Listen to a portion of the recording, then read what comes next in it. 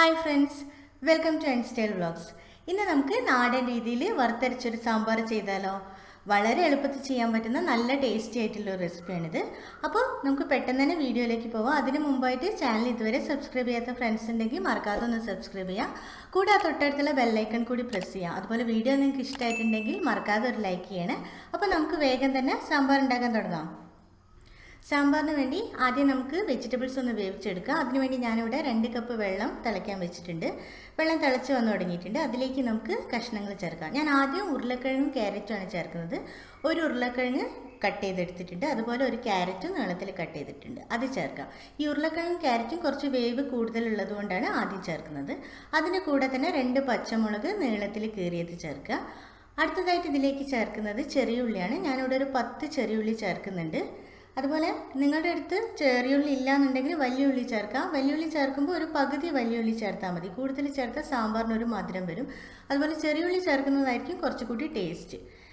ഇനി ഇതിലേക്ക് നമുക്ക് ആവശ്യത്തിനുള്ള ഉപ്പ് ചേർക്കാം. ഉപ്പ് ചേർത്തതിന് ശേഷം നമുക്കിതൊന്ന് അടച്ചു വെച്ചിട്ട് വേവിക്കാം. ഇനി ഈ കഷ്ണങ്ങൾ വെന്ത് വരുന്ന സമയം കൊണ്ട് നമുക്ക് തേങ്ങ വറുത്തെടുക്കാം. അതിനുവേണ്ടി ഞാനിതവിടെ ഒരു പാൻ വെച്ചിട്ടുണ്ട്. അതിലേക്ക് 1 ടേബിൾ സ്പൂൺ വെളിച്ചെണ്ണ ഒഴിച്ച് ചൂടായിട്ടുണ്ട്. ഇനി ഇതിലേക്ക് നമുക്ക് വറക്കാൻ ആവശ്യത്തിനുള്ള സാധനങ്ങൾ ചേർക്കാം. ഞാനിവിടെ ഒരു 1/2 കപ്പ് തേങ്ങ എടുത്തിട്ടുണ്ട്. സാമ്പാറിന് ഒരുപാട് തേങ്ങ വേണ്ട. ഒരുപാട് തേങ്ങയായ സാമ്പാർ ഒരു ടേസ്റ്റ് ഉണ്ടാവില്ല. അപ്പോൾ നമുക്ക് 1/2 കപ്പ് തേങ്ങ ചേർക്കാം. അതിൻ്റെ കൂടെ തന്നെ ഒരു തണ്ട് കറിവേപ്പില, 5 ചെറിയുള്ളി, അതുപോലെ 5 വറ്റൽമുളക്, കൂടെ ഒരു 1/4 ടീസ്പൂൺ ഉലുവ കൂടി ചേർക്കുക. ഉലുവ കൂടി പോകരുത്. കൂടിപ്പോയാൽ സാമ്പാറിനൊരു കയ്പ്പ് രസം വരും. അതുപോലെ ഞാൻ ഇവിടെ ഇപ്പോൾ മല്ലി ചേർക്കുന്നില്ല, കാരണം എൻ്റെ അടുത്ത് വറുത്ത മല്ലിയാണുള്ളത്. അതുകൊണ്ടാണ് ഇപ്പോൾ ചേർക്കാത്തത്, ലാസ്റ്റാണ് ചേർക്കുന്നത്. ഇനി നിങ്ങളുടെ കയ്യിൽ വറുക്കാത്ത മല്ലിയാണെന്നുണ്ടെങ്കിൽ ഈ സമയത്ത് ചേർത്ത് കൊടുക്കുക. അതുപോലെ തേങ്ങ വറുക്കുമ്പോൾ ചെറിയ തീയിൽ വെച്ചിട്ട് വറുത്തെടുക്കുക. കുറച്ച് സമയം എടുക്കും, അധികം കരിയാതെ വറുത്തെടുക്കുക.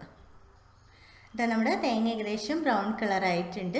ഇനി നമുക്ക് ഇതിലേക്ക് മല്ലി ചേർത്ത് കൊടുക്കാം. ഞാൻ പറഞ്ഞതുപോലെ വറുത്ത മല്ലി ആയതുകൊണ്ടാണ് ഞാൻ ലാസ്റ്റ് ചേർക്കുന്നത്. 1.5 ടേബിൾ സ്പൂൺ മല്ലി ചേർക്കാം. മല്ലി ചേർത്തിട്ട് ജസ്റ്റ് ഒന്ന് ചൂടായാൽ മതി. അതുപോലെ ഫ്ലെയിം എപ്പോഴും ലോ ആയിട്ട് വെക്കണം. ജസ്റ്റ് ഒന്ന് ചൂടായതിന് ശേഷം അടുത്തതായിട്ട് ഇതിലേക്ക് നമുക്ക് ചേർത്ത് കൊടുക്കേണ്ടത് കായപ്പൊടിയാണ്.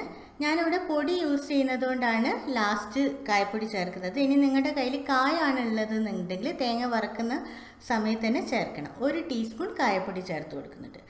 അടുത്തതായിട്ട് ഇതിലേക്ക് നമുക്ക് ചേർക്കേണ്ടത് 1/2 ടീസ്പൂൺ മഞ്ഞൾപ്പൊടിയാണ്. അതുകൂടി ചേർത്തിട്ട് വീണ്ടും ഒന്ന് നന്നായിട്ട് മിക്സ് ചെയ്യുക. ഏകദേശം ഒരു മിനിറ്റോളം ഒന്ന് ചെറിയ തീയിലൊന്ന് ചൂടാക്കിയെടുക്കുക. കായപ്പൊടി മഞ്ഞൾപ്പൊടിയൊക്കെ ചേർത്തിട്ട് നന്നായിട്ട് ചൂടായിട്ട് വന്നിട്ടുണ്ട്. ഇനി നമുക്ക് സ്റ്റവ് ഓഫ് ചെയ്യാം. അതിനുശേഷം ഇത് തണുത്തിട്ട് ആവശ്യത്തിന് വെള്ളം ചേർത്തിട്ട് നല്ല നൈസായിട്ട് ഒട്ടും തരിയില്ലാതെ അരച്ചെടുക്കുക. അതുപോലെ ഇത് വേറൊരു പാത്രത്തിലേക്ക് മാറ്റുന്നതായിരിക്കും നല്ലത്, അല്ലെങ്കിൽ പാത്രത്തിൻ്റെ ചൂടുകൊണ്ട് പെട്ടെന്ന് കരിഞ്ഞു പോകും. നമുക്കൊന്ന് തുറന്ന് നോക്കാം വെജിറ്റബിൾസ്. ഇതാ നമ്മുടെ ഉരുളക്കിഴങ്ങും ക്യാരറ്റൊക്കെ പകുതി വേവായിട്ടുണ്ട്. ഇനി അടുത്തതായിട്ട് ഇതിലേക്ക് നമുക്ക് ചേർത്ത് കൊടുക്കേണ്ടത് മുരിങ്ങക്കായും മത്തനുമാണ്. ഞാനിവിടെ ഒരു 2 മുരിങ്ങക്കായ നീളത്തിൽ കട്ട് ചെയ്തെടുത്തിട്ടുണ്ട്. അതുപോലെ ഒരു ചെറിയ കഷ്ണം മത്തനും കട്ട് ചെയ്തെടുത്തിട്ടുണ്ട്. മത്തൻ ഞാൻ തൊലിയൊന്നും ഫുള്ള് കളഞ്ഞിട്ടില്ല, തൊലി കളയണമെന്നില്ല. അതുപോലെ ഇതുകൂടി ചേർത്തിട്ട് ഇനി ആവശ്യത്തിനുള്ള മഞ്ഞൾപ്പൊടി കൂടി ചേർക്കുക. ഒരു 1/2 ടീസ്പൂൺ മഞ്ഞൾപ്പൊടി കൂടി ചേർത്ത് നന്നായിട്ടൊന്ന് മിക്സ് ചെയ്തതിന് ശേഷം അടച്ചു വെച്ച് വേവിക്കുക. ഇത് ഏകദേശം ഒരു 10 മിനിറ്റ് ആയിട്ടുണ്ട്. നമുക്കൊന്ന് തുറന്ന് നോക്കാം. നമ്മുടെ മുരിങ്ങക്കായും മത്തങ്ങയും ബാക്കിയുള്ള കഷ്ണങ്ങളൊക്കെ നന്നായിട്ട് വെന്തിട്ടുണ്ട്. അടുത്തതായിട്ട് ഇതിലേക്ക് നമുക്ക് ചേർക്കേണ്ടത് വെണ്ടയ്ക്കയാണ്. ഞാനിവിടെ ഒരു 5 വെണ്ടയ്ക്ക നീളത്തിൽ കട്ട് ചെയ്തെടുത്തിട്ടുണ്ട്, അത് ചേർക്കാം. വെണ്ടയ്ക്ക ചേർത്ത ഉടനെ തന്നെ നമ്മൾ തക്കാളിയും ചേർക്കണം, അല്ലെങ്കിൽ വെണ്ടയ്ക്ക ഉടഞ്ഞു പോകും. ഞാനിവിടെ ഒരു വലിയ തക്കാളി ചെറുതായിട്ട് കട്ട് ചെയ്തെടുത്തിട്ടുണ്ട്. അതുപോലെ ചിലർ വെണ്ടയ്ക്ക് 1 സ്പൂൺ എണ്ണ ചേർത്ത് വഴറ്റി എടുത്തിട്ട് ചേർക്കാറുണ്ട്. കൂടുതൽ വെണ്ടയ്ക്ക ഉണ്ടെങ്കിൽ 1 സ്പൂൺ എണ്ണ ചേർത്തിട്ട് സെപ്പറേറ്റ് വഴറ്റി ചേർത്താൽ മതി. ഈ വെണ്ടയ്ക്കയും തക്കാളിയും ചേർത്തിട്ട് ഒന്ന് അടച്ചു വയ്ക്കുക. അതായത് ഈ വെണ്ടയ്ക്ക് ചേർത്തിട്ട് ഒരൊറ്റ തള വന്നു കഴിഞ്ഞാൽ നമുക്ക് അതിലേക്ക് പുളിവെള്ളം ചേർക്കാം. ഇല്ലെങ്കിൽ കൂടുതൽ നേരം വെച്ച് കഴിഞ്ഞാൽ വെണ്ടയ്ക്ക ഉടഞ്ഞു പോയിട്ട് സാമ്പാർ വല്ലാതെ കൊഴുപ്പാവും. ഒരു തള വന്നു കഴിഞ്ഞിട്ടുണ്ട്.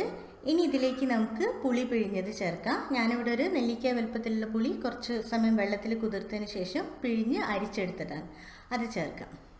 ഇനി നമുക്കിതൊരു 2 മിനിറ്റ് കൂടി അടച്ചു വയ്ക്കാം. ഈ പുളി ചേർത്തിട്ട് ഒന്ന് തിളയ്ക്കുന്നത് വരെ 2 മിനിറ്റ് മതി.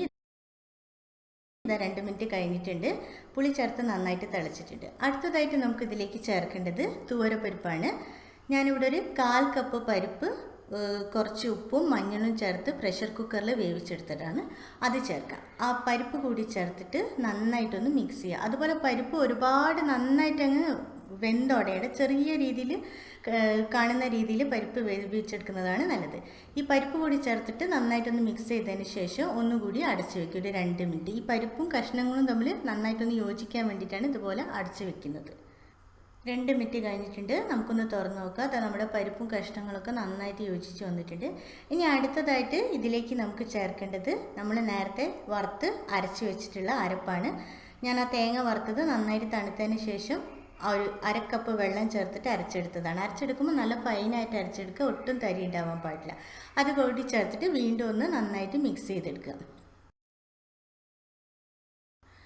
അരപ്പ് ചേർത്ത് നന്നായിട്ട് മിക്സ് ചെയ്തെടുത്തിട്ടുണ്ട്.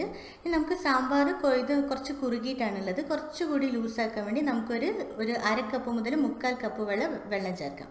വെള്ളം കൂടി ചേർത്തിട്ട് വീണ്ടും ഒന്ന് മിക്സ് ചെയ്തതിന് ശേഷം നമുക്ക് അടച്ചു വെച്ച് തിളപ്പിച്ചെടുക്കാം. നമ്മുടെ സാമ്പാർ നന്നായിട്ട് തിളച്ച് വന്നിട്ടുണ്ട്. ഇനി ഇതിലേക്ക് നമുക്ക് ചേർക്കേണ്ടത് ഒരു തണ്ട് കറിവേപ്പിലയാണ്. അതുപോലെ അടുത്തതായിട്ട് ഇതിലേക്ക് നമുക്ക് ഒരു 2 തണ്ട് മല്ലിയില ചേർക്കാം. മല്ലിയില ഓപ്ഷനാണ്, നിങ്ങൾക്ക് ഇഷ്ടമുണ്ടെങ്കിൽ മാത്രം ചേർത്താൽ മതി. പക്ഷേ മല്ലിയില ചേർത്ത് കഴിഞ്ഞാൽ സാമ്പാറിന് നല്ലൊരു വാസനയാണ്. അതുകൂടി ചേർത്തിട്ട് നമുക്ക് സ്റ്റവ് അങ്ങ് ഓഫ് ചെയ്യാം. അടുത്തതായിട്ട് ഇനി ഇതിലേക്ക് നമുക്ക് സാധാരണ എല്ലാവരും ചെയ്യുന്ന പോലെ കടുക് വറുത്തിടാം. ഞാൻ പാനിൽ 1 ടേബിൾ സ്പൂൺ വെളിച്ചെണ്ണ ചേർത്ത് ചൂടായിട്ടുണ്ട്. അതിലേക്ക് നമുക്ക് 1 ടീസ്പൂൺ കടുക് ചേർക്കാം. കടുക് ഒന്ന് പൊട്ടി തുടങ്ങുമ്പോൾ അതിലേക്ക് നമുക്ക് 2 വറ്റൽമുളക് ചെറുതായിട്ട് കട്ട് ചെയ്തത് ചേർക്കാം. അടുത്തതായിട്ട് ഇതിലേക്ക് നമുക്ക് 1 തണ്ട് കറിവേപ്പില ചേർക്കാം. അതുകൂടി ചേർത്തതിന് ശേഷം നമുക്ക് സ്റ്റവ് ഓഫ് ചെയ്യാം.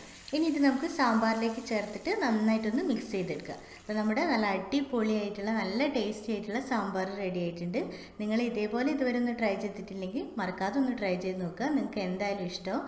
അതുപോലെ വീഡിയോ നിങ്ങൾക്ക് ഇഷ്ടമായിട്ടുണ്ടെങ്കിൽ ഒരു ലൈക്ക് ചെയ്യുക, നിങ്ങളുടെ അഭിപ്രായങ്ങൾ കമൻറ്റ് ചെയ്യുക. ചാനൽ സബ്സ്ക്രൈബ് ചെയ്യാത്തവരുണ്ടെങ്കിൽ ദയവേദൊന്ന് സബ്സ്ക്രൈബ് ചെയ്യുക. നാളെ മറ്റൊരു അടിപൊളി വീഡിയോയുമായി കാണുന്നതുവരെ താങ്ക് യു.